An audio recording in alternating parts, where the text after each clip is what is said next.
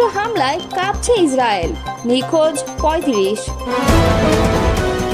আগুনে বিধ্বস্ত Tel Aviv ও Jerusalem. রাতভর হামলায় ধ্বংসস্তূপে ইসরায়েল, মরদেহ মিলছে একে একে। খামেনিকে টার্গেটে নিচ্ছে ইসরায়েল, পাল্টা আঘাতের হুঁশিয়ারি। এতক্ষণ শুনছিলেন সংবাদ শিরোনাম, এবারে বিস্তারিত। ইসরায়েলে ভয়াবহ ক্ষেপণাস্ত্র হামলা চালিয়েছে ইরান। এই হামলায় ইসরায়েলে ব্যাপক হতাহতের আশঙ্কা দেখা দিয়েছে। এছাড়া ইরানের ক্ষেপণাস্ত্র হামলার পর খোঁজ মিলছে না ৩৫ জনের। এক প্রতিবেদনে কাতার ভিত্তিক সংবাদ মাধ্যম আল জাজিরা বলছে, ইসরায়েলের বাত ইয়াম শহরে একটি আবাসিক ভবনে ক্ষেপণাস্ত্র হামলা চালায় ইরান। এরপর থেকে নিখোঁজ রয়েছে প্রায় ৩৫ জন। এর আগে দখলদার ইসরায়েলে শনিবার মধ্যরাত ও রোববার ভোরে ২ দফা হামলা চালায় ইরান।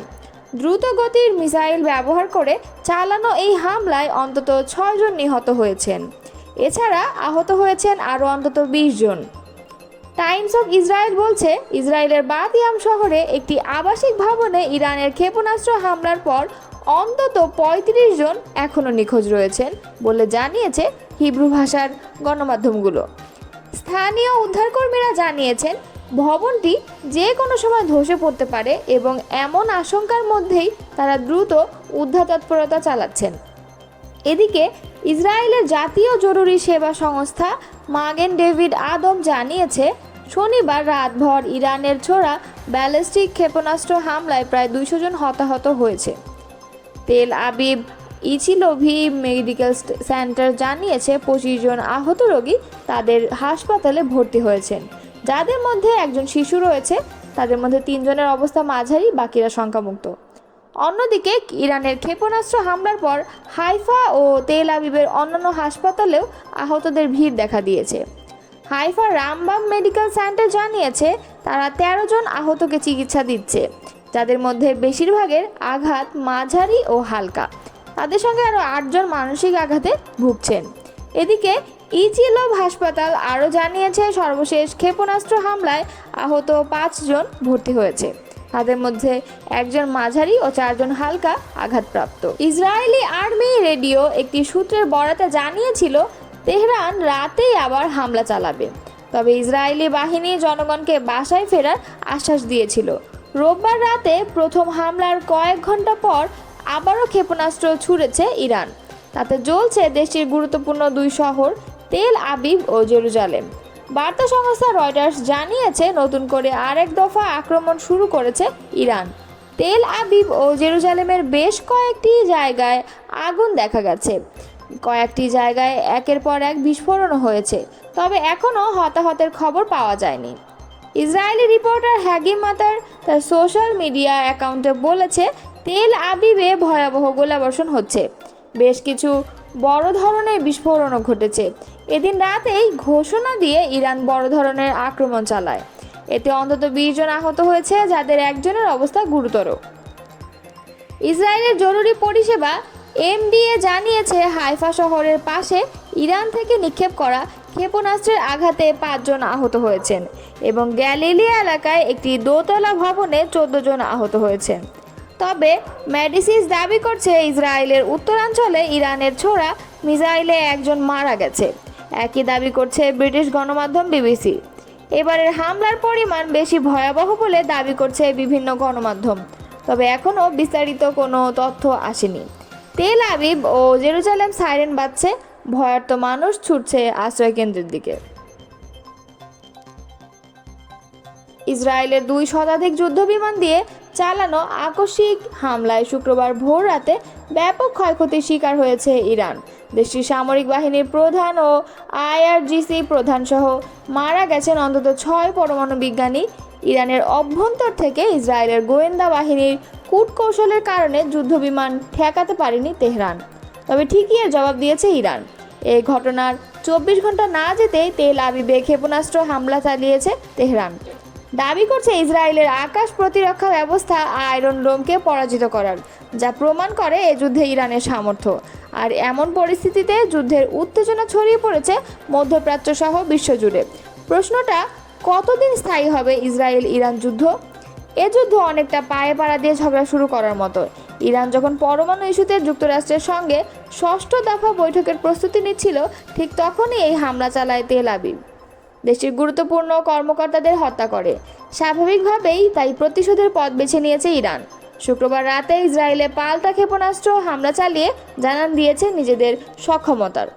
হামলার পর ইরানের সামরিক বাহিনীর আনুষ্ঠানিক তথ্য দেওয়া এক এক্স অ্যাকাউন্ট থেকে দেয়া পোস্টে দাবি করা হয়েছে, আয়রন ডোম ধ্বংস করে সফল অভিযান চালাতে পেরেছে তারা। ইরানের মিসাইল হামলায় বিপর্যস্ত ইসরায়েল। শনিবার রাতে এ যাবৎকালের সবচেয়ে ভয়াবহ হামলার মুখোমুখি হয় ইসরায়েল। ভোরের আলো ফুটতেই সেই ক্ষত দৃশ্যমান হচ্ছে।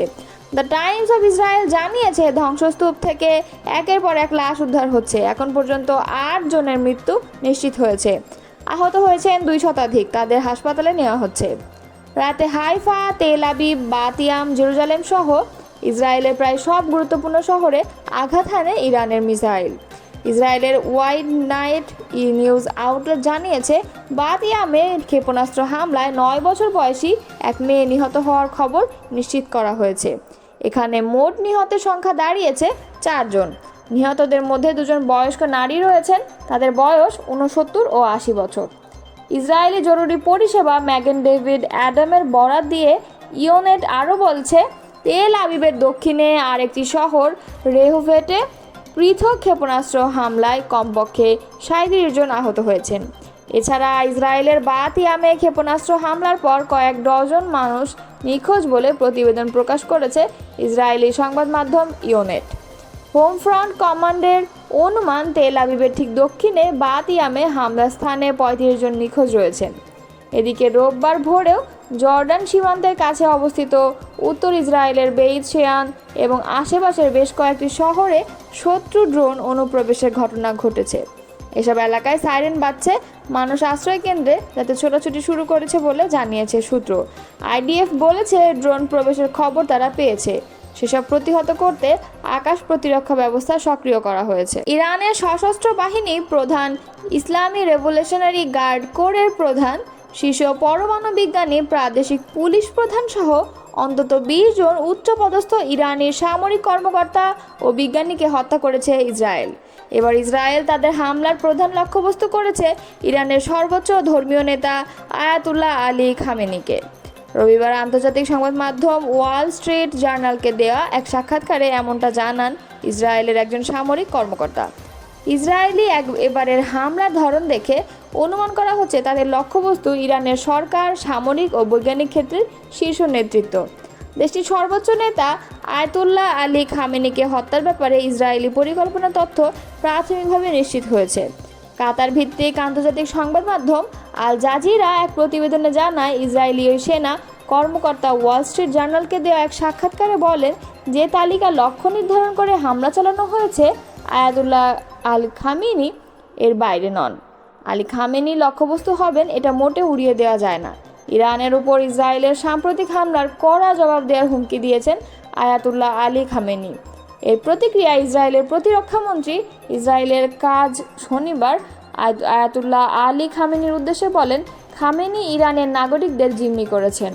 ইসরায়েলের জনগণের ক্ষতি হলে ইরানকে চড়া মূল্য দিতে হবে।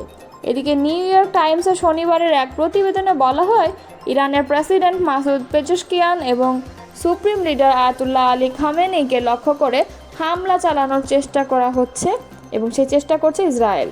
প্রতিবেদনে বলা হয়, ইরানের রাজধানী তেহরানের পাস্তুর এলাকায় এই হামলার চেষ্টা করা হয়। ওই এলাকাতেই অবস্থান করেন দেশটির প্রেসিডেন্ট ও সর্বোচ্চ নেতা।